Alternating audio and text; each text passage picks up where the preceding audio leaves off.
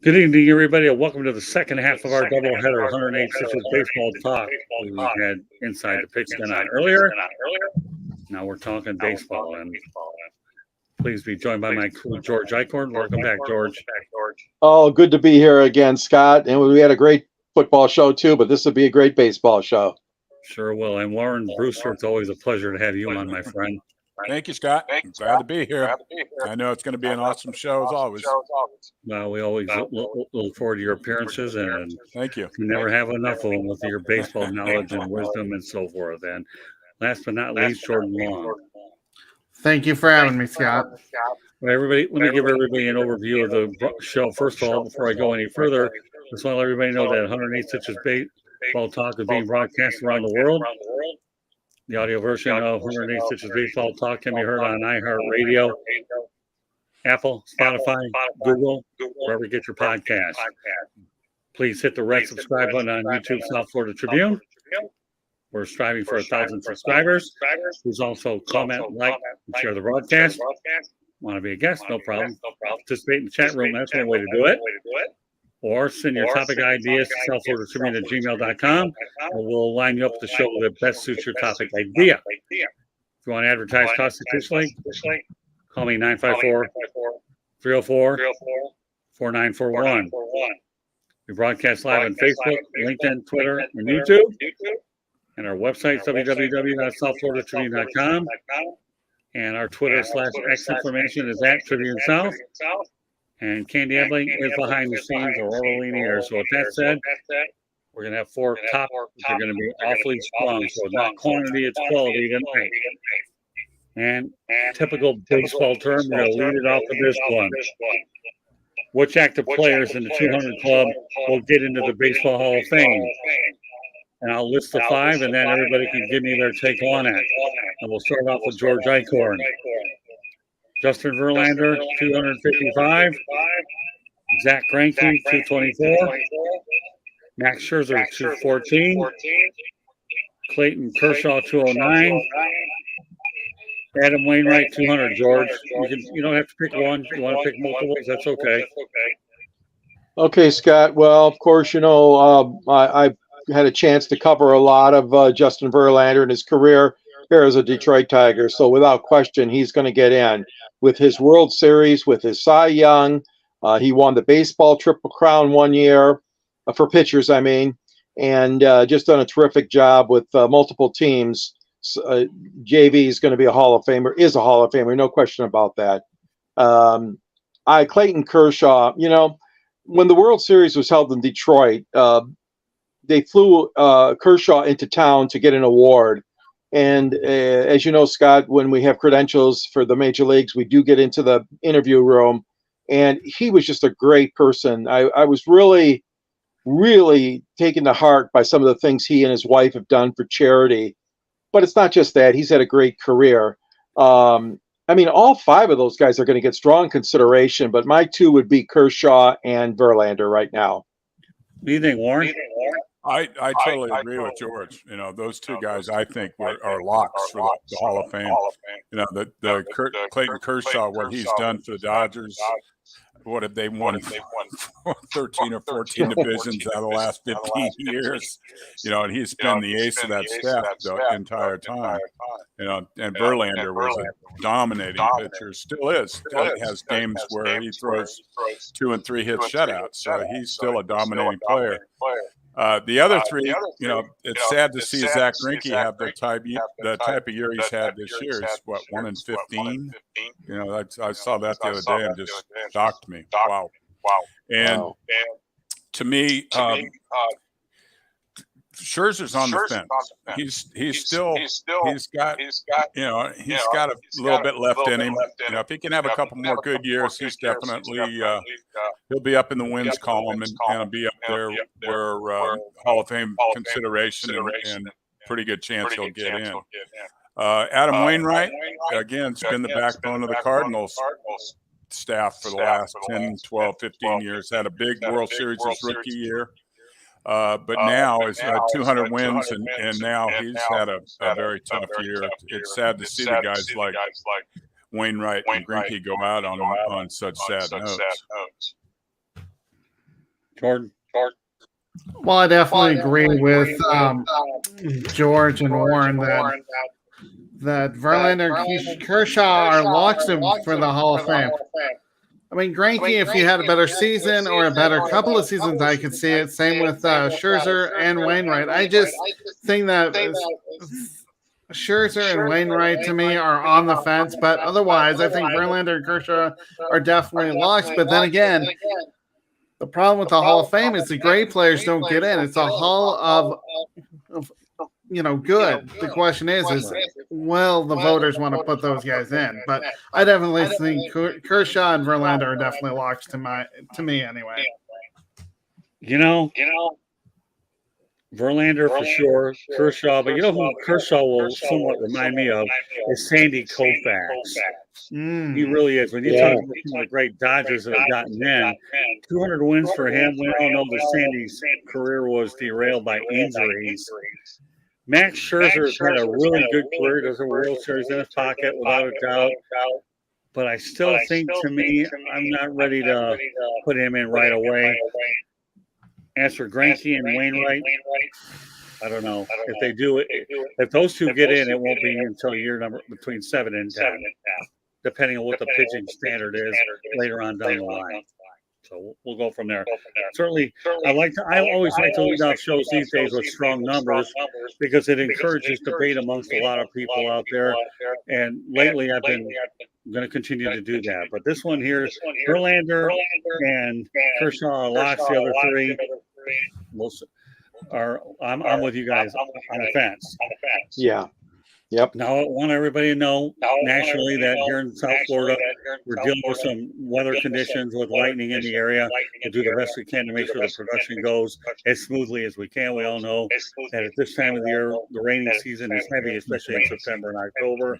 So we hope you can stay with us. And so far, so good. We'll knock on wood. All right. So with that said, we'll stay in the state of Florida. And so a big development took place the other day in the Tampa Bay area. The Tampa Bay Rays will be staying in St. Pete. We're getting a new ballpark that's set to open in 2028. It'll cost about $1.2 billion. They're playing at least half of the bill, or probably a little bit more, near Tropicana Field. I know there's development as well. Now, I will lead off with this one because I've lived in that area. I've always been a firm believer that I thought the ballpark belonged in the Tampa, Hillsborough area, Hillsborough County, Tampa area.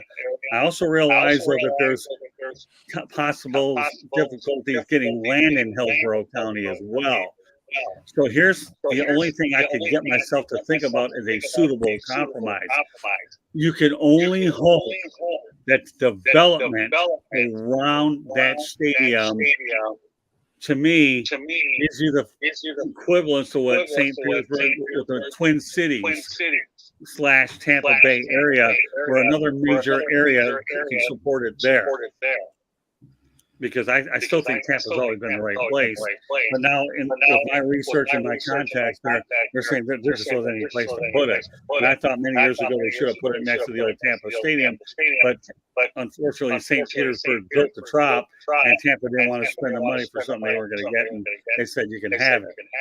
So it'll all be on the development side. I know I hear the stadium will be beautiful, and there'll be a lot of retail.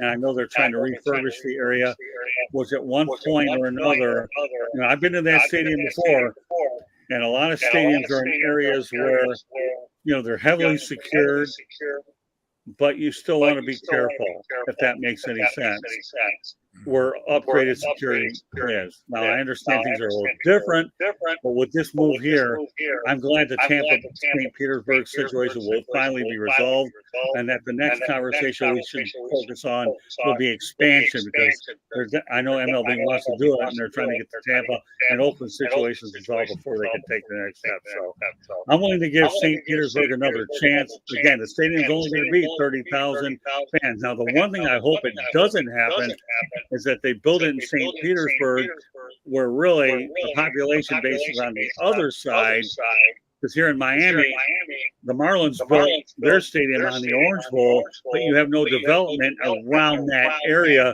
knowing that it's based in Little Havana where the Orange Bowl was. I just hope that there's not a repeat of that out in the Tampa Bay area. With that said, George, you know I've been vocal about it for a while. Go ahead. You sure have, Scott, and I've respected your opinion over the years. As many years we've talked about this, you and I offline, and how important it was you felt for Tampa to be the host of that. Let me talk to you a little bit about the development. It's not a happy scene here in Detroit. When the Tigers decided to build Comerica Park downtown, the city of Detroit and the county of Wayne were promised a neighborhood, a new approach. Comerica Park was going to be surrounded by development. And then when the Little Caesars Arena was born, we heard it again. Oh, yeah, we're going to develop this building, and that building, and we're going to have a little neighborhoods and bars and restaurants and all this stuff. Folks, it has yet to happen. Please, caution to the wind. Any city that's considering that, make sure you have your I's dotted and your T's crossed. The Ilitch family has caught a lot of crap here in Detroit for these promises that many feel were empty. Now we're up to third time. For the third time, they've been given a chance, and this time they're buttering up to a gentleman, and I'm sorry, to another millionaire that not Dan Gilbert, that is going to help them launch a University of Michigan education center. All that being said, you must make sure, like you got, it's a lot of work because you got to get, you want tax abatements, you want this, you want that, and housing. You got to make sure you have equal housing for all levels, not just the rich. And that's another challenge that the Ilitches faced here. They did not have enough housing for, middle to upper lower. So that being said, like, I'm glad. Yeah, that's exciting to get a new stadium. But yeah, the follow through is always so important to make sure that, like you said, that the entertainment part, the retail part, hotels and living, if they have that too, that they follow through with it and that people stay on that to make it happen. Okay, Warren. Well, I'm sure glad to hear that.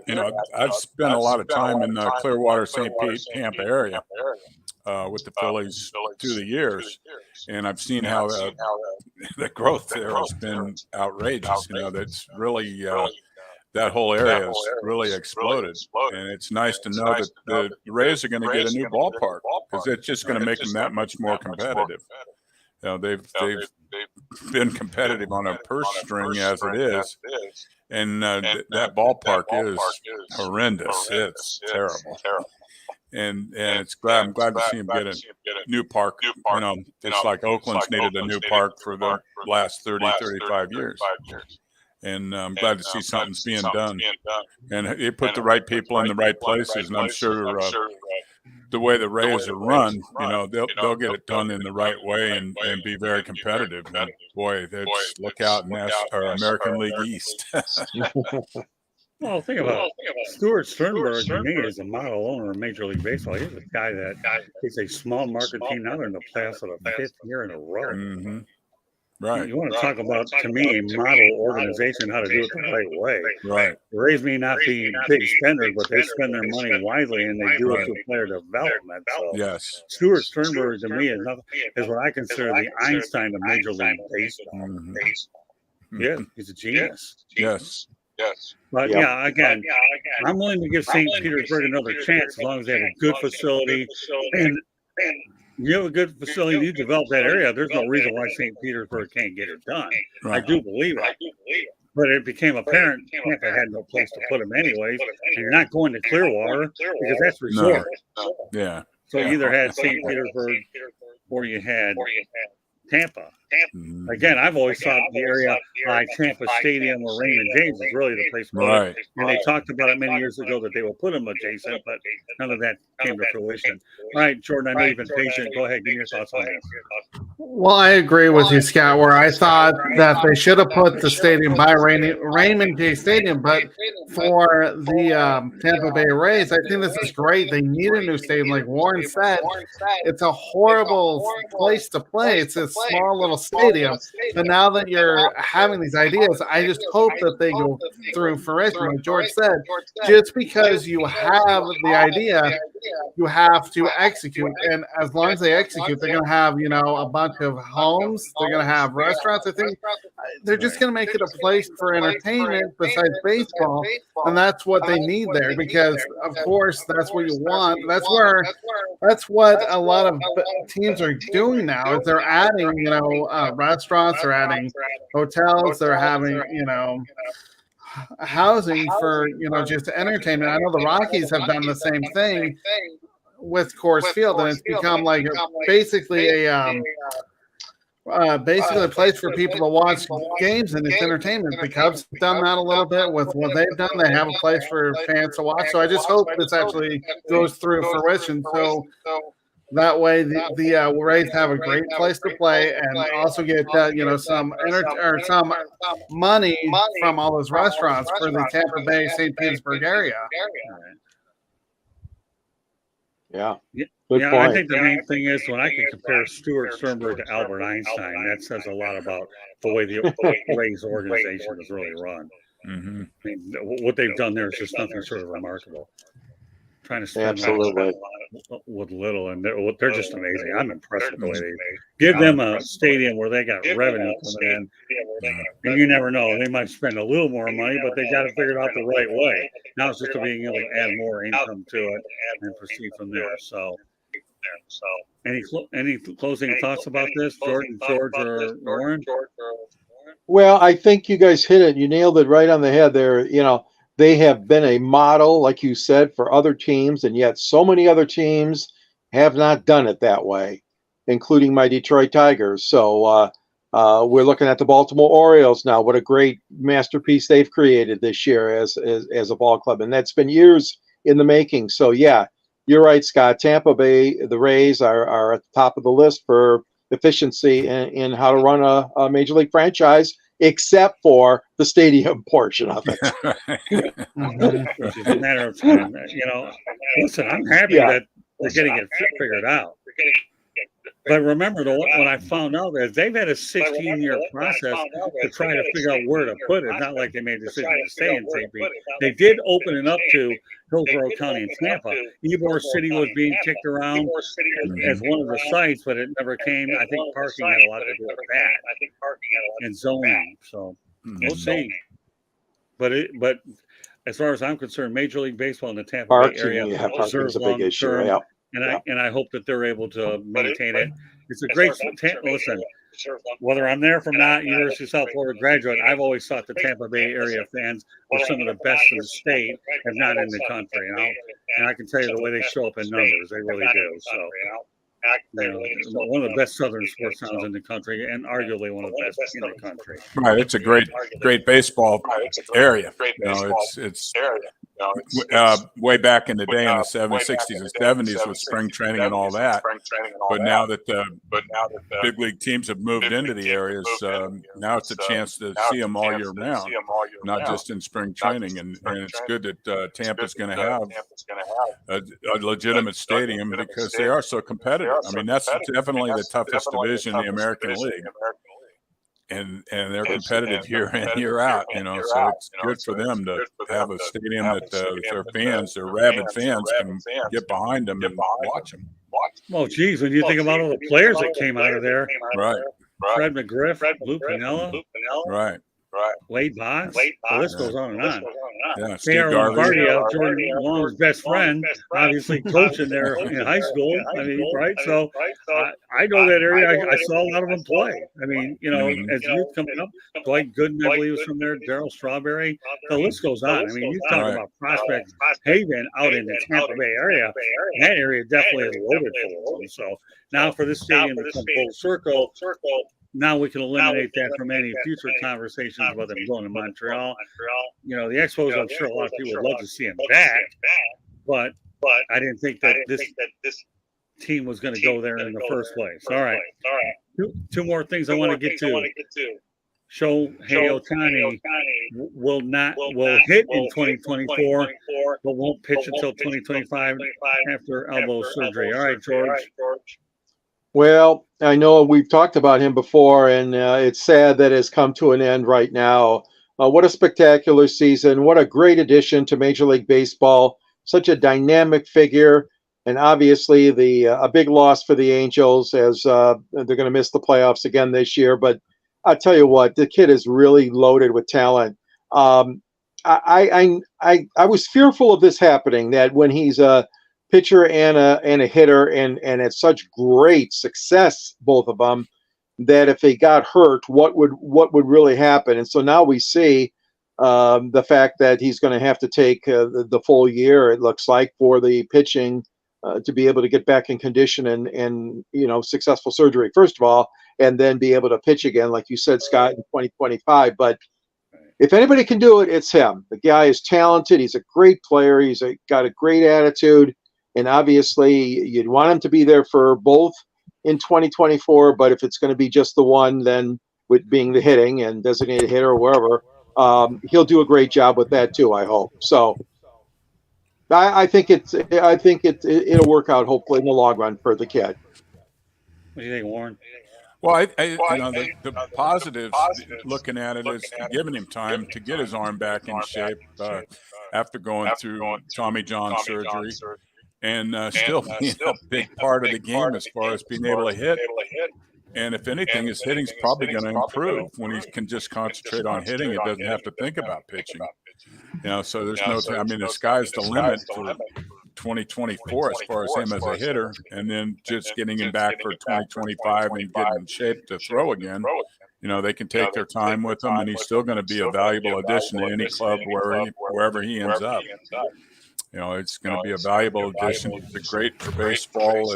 It's fun to see an individual be able to take on the responsibilities of hitting, pitching, and that he has in the past. It's just a matter of time where he gets back pitching again and be a dominant, even more dominant player.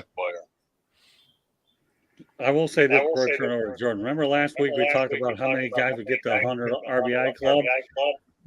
And we definitely thought that Ohtani would until this hiccup came along, right, Jordan? So the only way to keep him out of the 100 RBI club is sit him, and he's done for the year. So Jordan, pick it up from there. Well, you look at Shohei Ohtani. I mean, we know what he can do pitching. Obviously, he's injured for that. He can hit. We know that. I mean, this is the second coming of Babe Ruth because he can hit and pitch. But honestly, I think he should focus on his hitting more than his pitching, because that's where he doesn't get hurt, is being a designated hitter. But like Warren said, focus on hitting, and then 2025, maybe you can pitch again. But the thing is, though, this is the reason why we don't see a player hit and pitch, because they can't handle it because of these injuries. But honestly, I think Shohei Ohtani, if he doesn't pitch again, he still has the hitting ability to drive that ball, so he'll be fine. But I'd like to see him healthy, to see him go from where he is now to possibly a Hall of Fame player. Well, I think the biggest thing that can't be lost sight of here is at least the guy's going to be playing next year. Not like he's going to miss an entire year. All right, so he's not going to be hurling. So what? The guy can still swing a good stick, and he'll have time to recover during the offseason. The only question that we'll have, we'll address it later on in the year, is where he's going to wind up. I can say he's not going to be with the Angels, but I still believe he's going to be with the Dodgers. But we got to leave a little bit of something for later, right? So at least the guy can hit. Can't pitch next year, so what? It'll be better than ever. Is that what they always say out there in media, George? Those do things better than ever, right? That's right. That's right. All right, one last thing we're going to address tonight. The Baltimore Orioles clinch the playoff spot. How far in the playoffs will they advance, George Eichhorn? Hey, I'll tell you what, they're playing great baseball offensively and defensively. I really like, as I alluded to earlier, this has been a project in the making for several years. A resurgence of baseball in Baltimore is important. They're a really good baseball town. And you have to remember, guys, before the Washington was granted another franchise, they were the only game in town in our nation's capital, albeit a long distance to travel. But still, we used to have the presidential opener, if you will. A lot of times was in Baltimore when Washington lost their team. That being said, the Orioles, oh my gosh, I mean, I go back to 1960s guys in the 70s and what rivals they were for my hometown Detroit Tigers. I mean, McNally and Palmer and Boog Powell and Elrod Hendricks and, all these Davey Johnson. I mean, these great players that Earl Weaver was the manager of. I mean, Warren, they were a tough out, man. Oh yeah. Teams trying to beat Baltimore, man. I tell you what, the Tigers got so frustrated. They lucked out. I shouldn't say we lucked out, but 1968 was the only year the Tigers could really better Baltimore, and that's when Detroit won it all. But boy, those Oriole teams, and like I said, baseball. Baltimore, St. Louis, Cincinnati, all good baseball towns. Mid-market, not the real high market, but hey, I'm happy for them, Scott. I think, depends on what happens. Anything can happen in the postseason, as you know. Would I be surprised if they won it all? No. Do I expect it? Probably not. But hey, look, when all bets are off, man, when they start playing playoff baseball and they are a good team, hey, the sky's the limit. They possibly could go all the way. What do you think, Warren? Well, I think number one, starting off with, is it's amazing how they've turned that organization around in such a short period of time.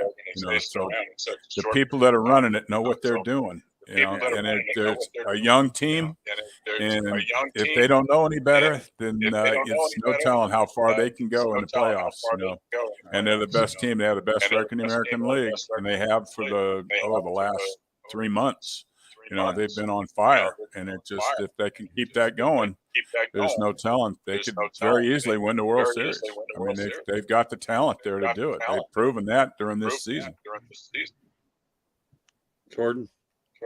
You look at Baltimore. This is their first time in the playoffs, I should say, since 2016. That's where they lost in the AL wild card. Back then, it was just a wild card game. As for how far they can go, I mean, the sky's the limit because you have a chance to win the World Series. But once you get into the playoffs, anybody can beat anybody. I'm just glad to see them turn this around, like Warren said, in such a short time. But the thing is, though, could I see them go to the World Series? Of course I could. But then again, another team can knock them off. Yeah, I think the amazing part about the Orioles, Buck Showalter had some good years, and it's just a shame the way his tenure ended there as badly as it did. I've always thought that Buck Showalter is one of the most respected managers in Major League Baseball. He's won everywhere that he's been. He won in Baltimore. He's the guy that built the Arizona Diamondbacks from scratch. We all know that he did great work with the New York Yankees organization to build the core of that. I worked in the Yankees, covered the Yankees organization back in the 80s and saw the type of talent that he was grooming there. So Buck Showalter, to me, is undoubtedly one of the best managers that I've ever seen. He probably doesn't have a ring. With that said, you know what? I'll say this about the Baltimore Orioles. They're on house money. Mm-hmm. They really are on house money. Mm-hmm. They're playing in arguably the best division in baseball. When you talk about what that division can be like from top to bottom, you talk about the Blue Jays, the Red Sox, the Yankees, the Rays, and then them. Pretty steep. It's a good thing they're not playing 18 games a year, and if they limit it to 12 or 13, because who knows how much more dangerous that division could be. And I'm really happy with the way the new schedule is made, where you can see everybody anyhow. And Georgia, if you talk about, if anybody been to the Beltway before, the distance between Baltimore and Washington, D.C. is, I think, like 40, 45 minutes away. Not that long. Inside of an hour. Yeah.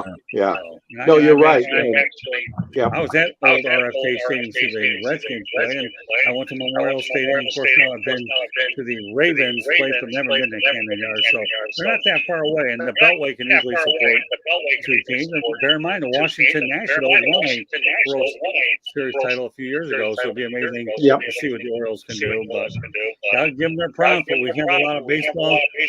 But again, they're on house money. So I'm not going to say that they can, but I'm certainly not going to say that they can't.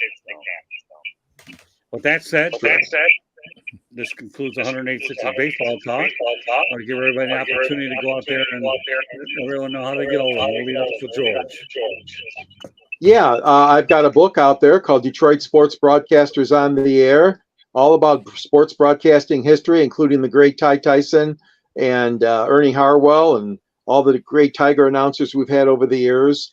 Scott has been part of the scene in Detroit for a long time. Scott's in there interviewing with Muhammad Ali and Jimmy Connors, two all-time greats, that's for sure.